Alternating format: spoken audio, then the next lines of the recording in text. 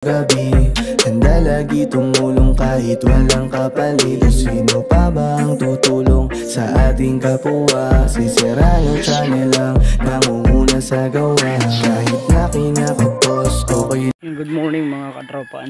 Bali papunta ulit tayo ng mental ngayong umaga sa bayan ng Pili, Camarines Sur. At may dadalhin tayong isang kabarangay. Kung natatandaan ninyo mga katropa, siya ito yung tinulungan natin dati na bumaba sa tower. Yan sa ganyan tower kasi umakyat na ito dati. Pero hindi pa siya ganyan nun. Kumbaga parang stress lang. Ngayon medyo iba na yung datingan. At syempre tinulungan natin ito dati. Binigyan natin ng mga pangkonsumo, ng pampuhunan yung nanay. So taon na rin naman siguro na sa 2 years na. Kaya lang ngayon medyo lumala yung hindi ko akalaing mag-breakdown yung kanyang isipan. So tara, puntahan natin.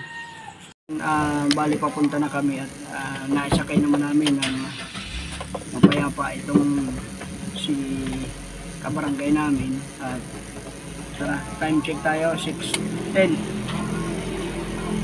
tayo alis dito sa gasolinahan ng Labo. So let's go mga kadrops. So yung mga kadropa, bali dumating tayo ng 8:11 dito. So 2 oras tayong tumakbo yan. So nandun yung ating pasyente sa likod. Medyo marami-rami pang nakapila at yan nandun si Kagawad Osorio.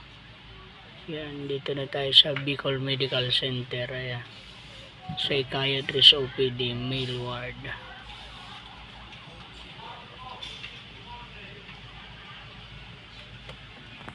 So ating pasyente ay nakatulog.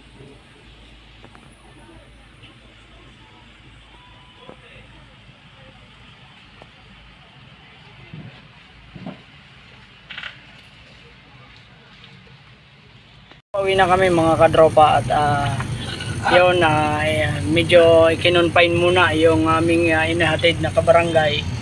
At syempre ayan, kasama na natin ulit si Kagawad Osorio, yung kabady nating 2 tanod, si Kuya Merly Molangis at si Renante Galicia. So pauwi na kami ng Camarines Norte at sana sa pagbalik namin ay magaling na yung ating mga kabarangay. So tara, biyahe na tayo.